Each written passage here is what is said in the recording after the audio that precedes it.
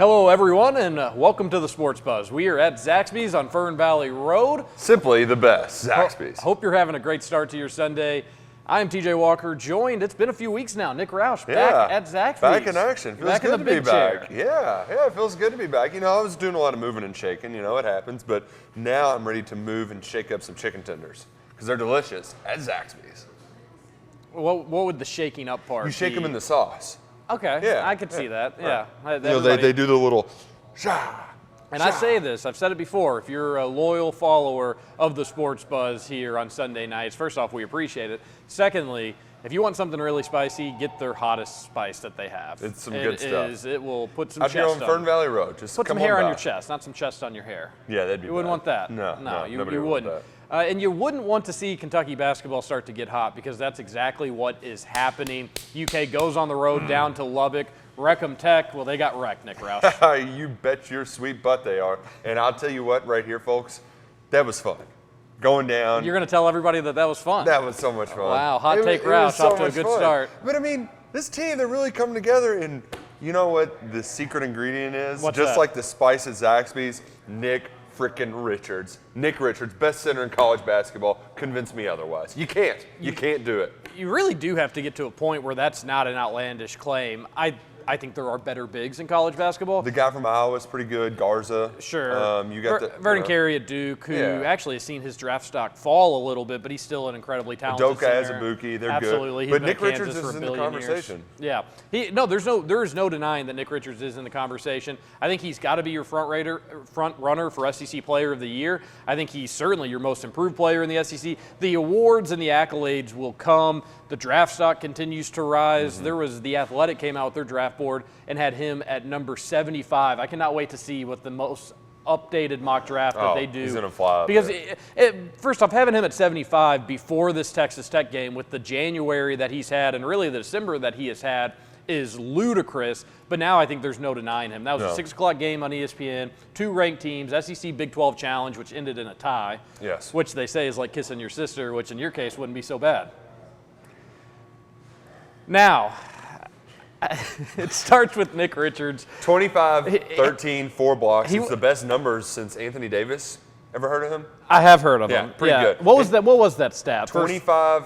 25 and Most have 25 and 13 rebounds in SEC play since Anthony Davis. And 4 blocks, too. 4 blocks. So he's done a little bit of all. And I want to read you one more stat, TJ. Let me just pull this up here. for those keeping track at home, Texas Tech, not SEC play, but Pipe it down, we'll pipe it down, excuse buddy. that. Nick Richards in overtime wins. This is just in the overtime periods against Louisville and Texas Tech. Pretty good ball teams, if I do say so myself. 14 points, 3 for 3 field goals, and 8 for 8 from the free throw line. And TJ, whenever Nick Richards got that and one in overtime, I got up out of my chair and I was pounding my chest. It was incredible. Then he went to the line, buried him. Emmanuel quickly said, "Hey, just take a deep breath." And he said, "I got this, dude. I got this. Don't tell me to take deep breaths. It was a great clip. I know what to do." If you have not seen that yet, it was almost seemed like they were joking. One of the most heated moments, one of the most important moments of the game. Emmanuel quickly was kind of laughing and ribbing with Nick Richards, and Nick was like, "I've got these free throws. Just chill out." And he goes there and he knocks them down. How many free throws did he finish with made?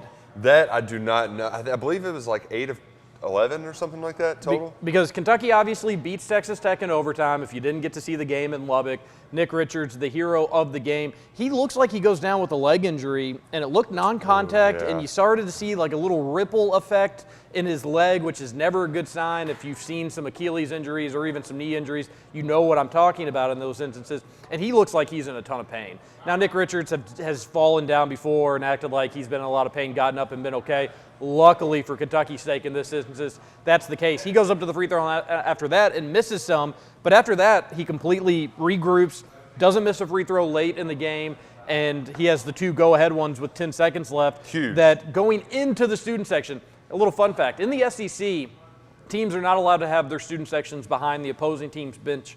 Kentucky was not in the SEC last night. They were at Texas Tech. They were in Lubbock. They were in the Big 12. The bench was right next to the student section. The way that they had to go in the final half was all in the student section. There's a picture of Nick Richards shooting with the Just very a sea of black.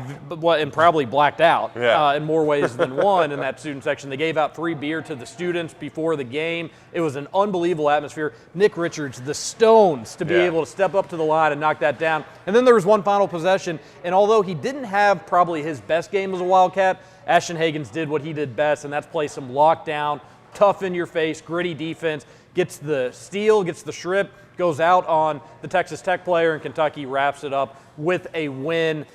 What did you learn about this Kentucky team yesterday, Nick, that you didn't already know? Well, first off, I learned that hitting half-court shots is a really nice thing to have in your arsenal, especially right before halftime at the buzzer.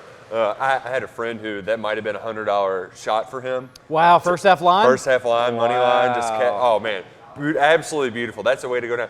And especially because they were down 3, I think, with, I don't know, 30 seconds left. Correct. They got a bucket, and then It's basically a 5-point final possession because Yeah. Kentucky had the ball, looked like they were going to be able to hold it for the last shot. They scored, and then obviously Texas Tech tried to rush it. They throw it out of bounds. Most people are thinking, who cares? Doesn't matter. Only a second. 1 second, 0.4 on the clock. Kentucky scores. Jimmy Boom. Dykes gives Cal all the credit oh yeah, all for a the half-court credit. shot. What a play. Great play, and I do appreciate Jimmy Dykes. He's Nick Richards is playing in the dunker spot. Everybody knows about the dunker spot. It's where you're right next to the dunker spot. I just when did that become a remember. thing? I just remember Dunkaroos when I was kids. Oh, delicious! The little icing. Oh, they were man, awesome. I'm sure it was just chock full of sugar. Yeah. Couldn't have been good for The you. dunker spot. See, so actually, a little fun fact, not that you all probably care, but we'll talk about it on Kentucky Roll Call, 7 to 9, Monday through Friday, the radio show we do that you can listen to so you don't have to see our beautiful faces while we talk sports. I went to the new sports book, the Really? Caesars, Southern Indiana. Oh, nice. And Here there's a lot of TVs there. Oh, the TV setup there is amazing. What I would recommend to diehard Kentucky fans, probably not a great place to watch a game that you care about, like where you got to watch every single play. But if you go there for like a Duke UNC game or a big-time college basketball game or NBA, football, whatever it may be, it was a pretty legit setup, and goodness gracious, there were hundreds of Kentucky fans. We left at halftime and ended up going to a bar nearby and watched the second half there, so I didn't get to hear all of Jimmy Dykes' beautiful commentary throughout the game. It was Did exceptional. he play Rockin' Chef's Little kiss. Heartbeat? No, didn't play Rockin' Little Heartbeat. 2 games in a row, we haven't gotten Rockin' Little Heartbeat. Got to bring that back. But we did get to see Kentucky just really, I mean, no matter what adversity hit, they got a 10-point lead again. And Yeah. we've seen this over and over where Kentucky, they get a lead and they can't really put teams away. I thought it was this time, though, TJ, it was a little bit less about putting them away, other than Texas Tech was going to make their run, and they were going to get some bad foul calls at home. Those refs, just college basketball refs, they love calling charges. Oh, they do. love anything more.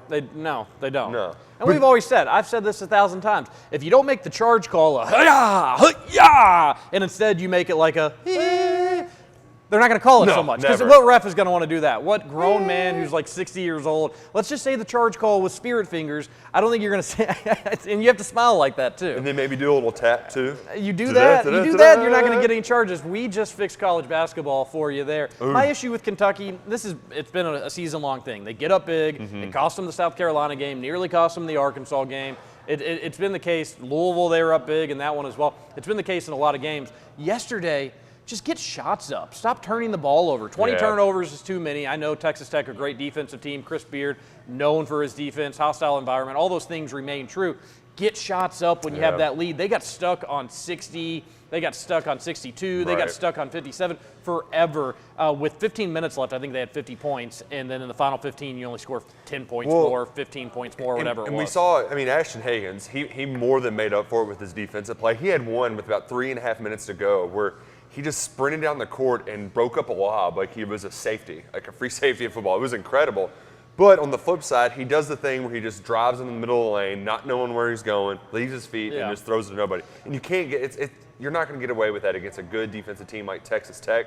But if you look at the last 2 road games, I mean, Kentucky's in a stretch right now where each Saturday is a big-time atmosphere. Next week, they're going to go to Auburn Arena where they're getting college game day for the first time. Bruce Pearl's going to be firing up the crowd the Keep entire your shirt time. on, Brucey. They- Keep the shirt The on. next week after that, they're going at Tennessee. But you saw where a week ago at Arkansas, they play against a team that wants to get up and down the court, They respond to adversity there. And then Texas Tech, this was their quote-unquote biggest game in decades there. They play some blue, but they'll play Kansas once a year there, but it's not the same when it's a team like Kentucky that you never saw. Sure. That place was rocking 2 hours before tip-off, completely full, and Kentucky responded to adversity. They never flinched, and those lessons, you're going to take those in the NCAA tournament, and it's really going to pay dividends then. We'll talk more about the Cats' win over Texas Tech when we return here on the Sports Buzz.